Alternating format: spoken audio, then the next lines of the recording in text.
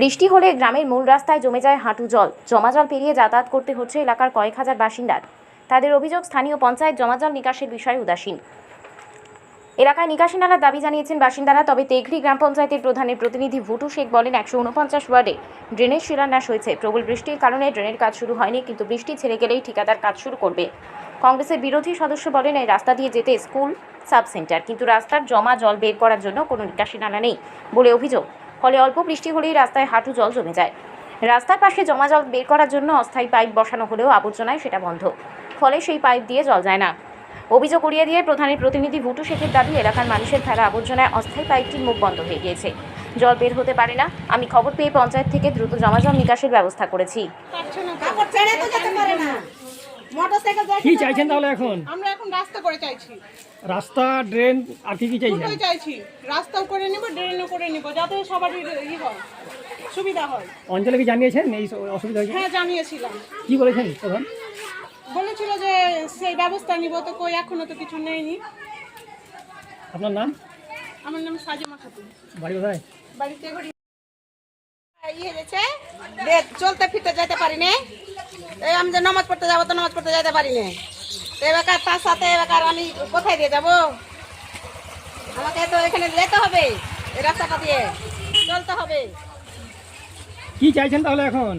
এখন এই রাস্তাটা করে চাইছি, করার দরকার। রাস্তা চাইছেন না ই চাইছেন, ড্রেন চাইছেন? ড্রেনটা করতে চাচ্ছি, আর রাস্তাটা দরকার। আপনার নাম? আমার নাম রেনুবি। বাড়ি কোথায়? বাড়ি তো বলেন যে ত্যাগরি। টাগরি আজিপাড়া।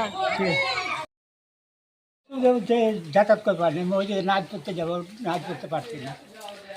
এলাকাতে জনপ্রতিনিধি রয়েছে এবং প্রধান মেম্বার রয়েছে, তারা কি করছে?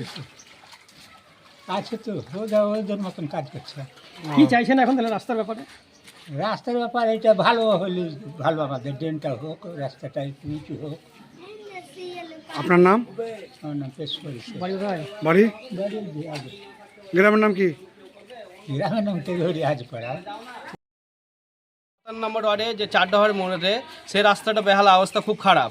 আর 149 নম্বর ওয়ার্ডের এ বুঝতে পারলেন, কালকে দেখতে পারলেন বৃষ্টিতে নাজেহাল একদম অবস্থা, এত অবস্থা যে লোকজন যেতেই পারে না। কি চাইছেন তাহলে এখন? আমরা চাইছি যেখানে যেখানে মানে রাস্তা হয়নি, অনেক জল জমে আছে, সেখানে রাস্তা করে দেওয়া হোক।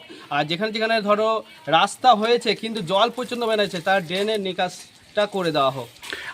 আপনারা বলছেন প্রধানের বিরুদ্ধে অভিযোগ, আপনারা যে টেন্ডার যে জমা দিয়েছেন, টেন্ডার কাজ করেন এবং একাধিক পঞ্চায়েত প্রধান বা পঞ্চায়েত সমিতি, জেলা পরিষদ ওদেরই রয়েছে এবং বিডিও, তারা কি জানে এই ব্যাপারে নিয়ে? তারা সমস্ত জানে, কিন্তু একটাই কথা বলে, তোমরা চলে এসো তাহলে কাজ দেবো, তাছাড়া কাজ দেবো না, এটাই বলে। কোথায় চলে এসো বলছে?